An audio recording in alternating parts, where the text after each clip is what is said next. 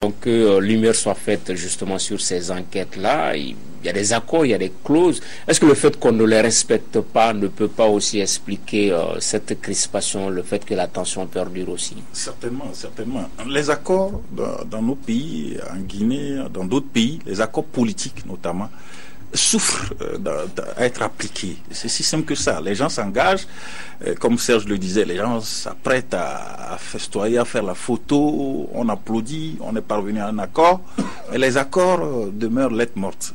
En plus de ça, grand frère Adam disait, c'est comme si la violence politique est un peu dans les mœurs. Bon, c'est peut-être trop dire, mais il y a aussi, on peut dire que sur le plan, les affrontements ne sont pas culturels, ne sont pas ethniques, mais j'ai comme l'impression que les groupes majoritaires, Peul, Malinké, Soussou, ont quelques, je me dis, il y a des ressentiments, parce que tout de suite on fait le lien, les Peul sont plus Cellou Dalein, les Malinké sont plus Alpha Condé, donc à moindre étincelle, ça prend et les gens se... Donc, il y a la violence, mais aussi il y a des prédispositions culturelles. Maître Konaré, je ne sais pas si je suis alarmiste, je me suis beaucoup apaisanté sur ce discours de Cellou Dalein Diallo. Il s'inscrit désormais dans la résistance, lui, chef de file de l'opposition. Est-ce que la Guinée est à un tournant? Ville morte mercredi prochain, manifestation jeudi. Est-ce qu'on est finalement dans un tournant? Moi, je vais vous dire quelque chose. Et cela, je l'ai déjà dit. On ne peut pas appliquer la démocratie en Afrique comme on l'applique en Occident. C'est-à-dire, le gouvernement gouverne, l'opposition s'oppose. Pour la bonne raison que en Occident, les droits de l'opposition sont respectés intégralement. Et en conséquence, l'opposition ne peut même pas s'attaquer, n'est-ce pas, à certains symboles tels que la justice. Fillon l'a tenté, il a été désavoué par ses propres troupes, parce qu'il y a des limites à ne pas franchir.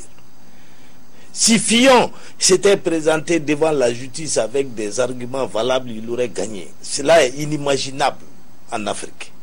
Donc, les institutions africaines sont telles qu'elles défavorisent forcément les droits de l'opposition. Donc, il appartient au pouvoir de composer avec l'opposition, de faire en sorte qu'elle ne meure pas de faim. Parce que toute cette affaire-là tourne autour de la marmite.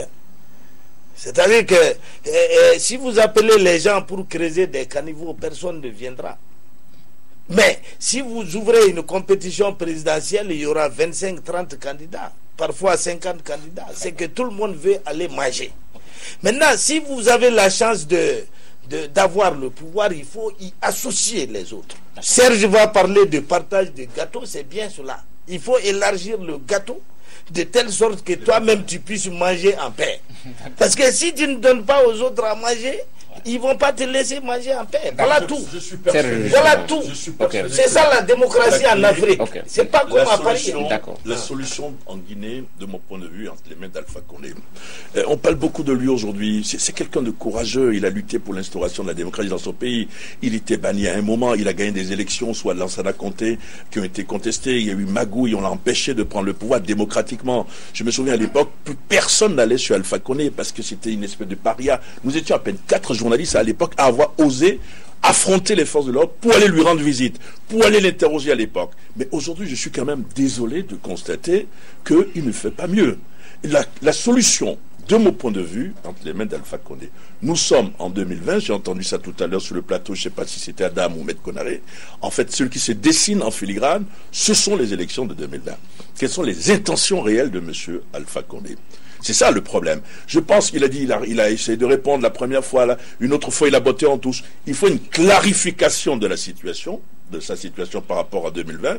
Peut-être que ça va décrisper l'atmosphère aujourd'hui dans son pays. Oui, Adam, est-ce que Alpha Condé est toujours attentif à la sirène, les mélodies des sirènes révisionnistes? À un moment, c'était un peu l'expression. Est-ce que s'il se prononce clairement sur ce troisième mandat, ça ne va pas un peu atténuer la tension?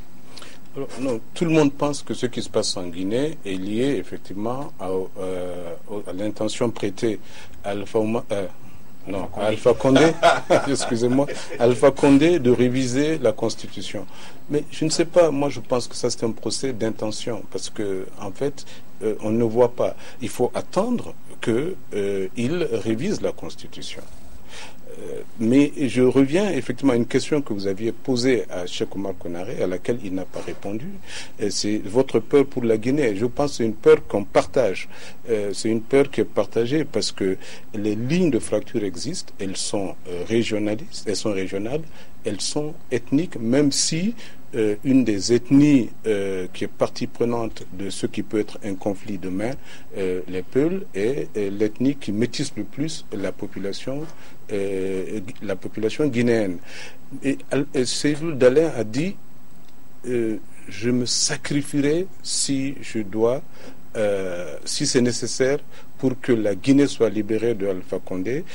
C'est peut-être un slogan, Serge l'a dit, mais si ce n'est pas un slogan, s'il compte mettre ça en pratique, à ce moment, effectivement, la Guinée est un pays pour lequel on doit avoir peur. Ouais, justement, avec une journée ville morte mercredi et le lendemain jeudi, des manifestations sur l'ensemble du territoire, chant mélodieux des sirènes révisionnistes. C'était à l'époque l'expression de la Guinée cap sur le Mali pour parler de ce scandale. La Commission électorale nationale indépendante, la